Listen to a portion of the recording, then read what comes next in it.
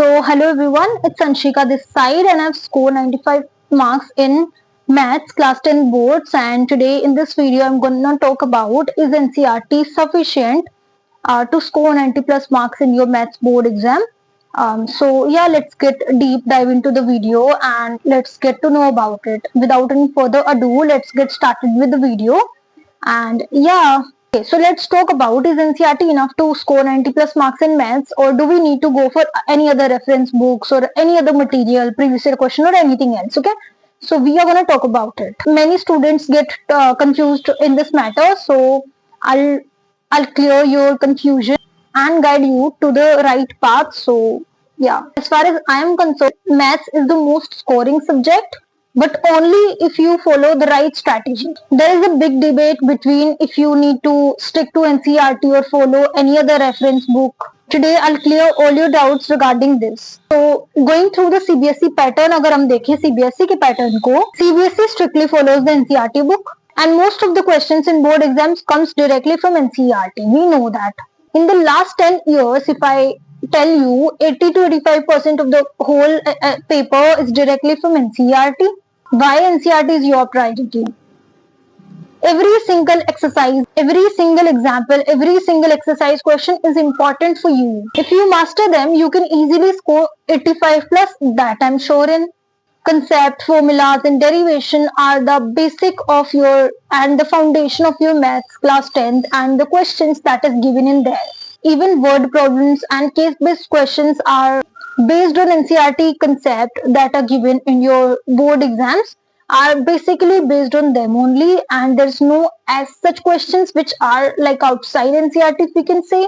Okay, we have discussed like why NCERT should be your priority. Let's discuss when to go for reference book, or like when do you need some extra books. If you are aiming for a perfect 100 by 100, then you need to go for R.S. Agrawal, R.D. Sharma, and any other reference books. But if we are talking about this particular fact that we need to score only 90 plus in maths, so I think NCERT alone is very sufficient. You can definitely score 90 plus marks, but only and only if you have done it 2 to 3 times, because you need to master the NCERT. Okay, NCERT तो ऐसी होनी चाहिए कि कोई भी question आपको अभी हम करवा के देख ले and you will be able to do that. Okay, if you really struggle with NCERT or feel that the language is not very interpretable or like very understandable for you, so reference books comes to the rescue. So in this situation, reference books comes to the rescue, and there is more like easier language in reference books. So that's the reason people usually go for reference books, but don't mistake it for like if you need 90 plus marks, you definitely need a perfect like reference books. That's not true. It's just a myth.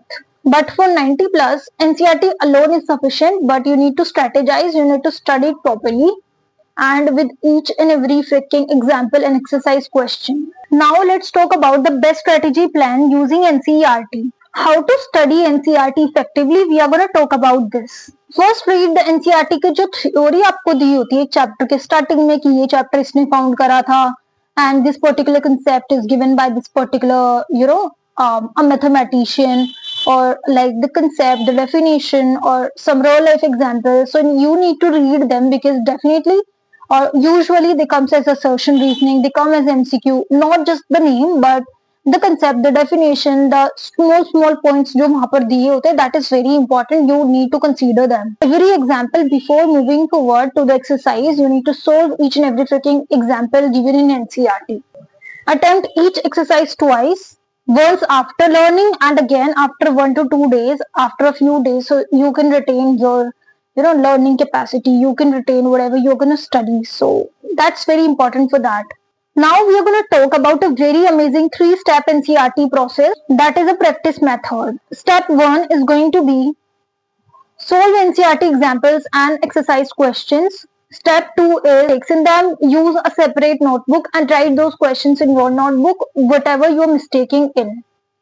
Step 3 is going to be reattempt those questions after a few days without looking at the solution.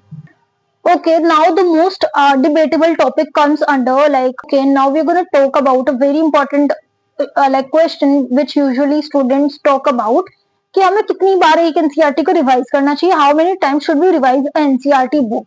So first round solve completely. Second round you need to solve only the difficult questions जो आपको first time में difficult लगे थे, जो question आपको first round में आपसे clear हो गए थे, solve हो गए थे. Do not solve them. Do not waste your time behind those questions. But जो questions आपको difficult लगे थे, you need to solve them in the second round. And the third round is going to be after a few days. You just need to revise the most important questions, or maybe just the examples. Look at them. Look at the formulas. Look at the theory part, and that's all. You're good to go. So the final question that we are gonna answer right now is NCERT sufficient to score 90 plus marks?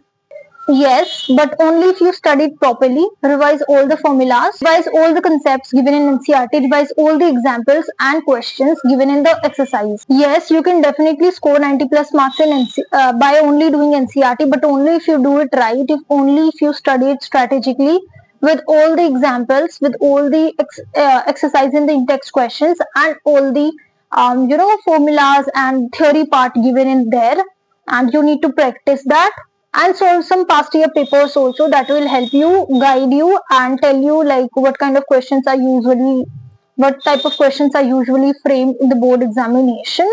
And I can guarantee you can definitely score 90 plus marks by only doing NCERT if you do it right, you do it in a right way, and you follow all my guidance and all my tips. Okay, so I'm sure about it. And kindly comment in the comment section what is the toughest chapter that you feel in maths class 10th.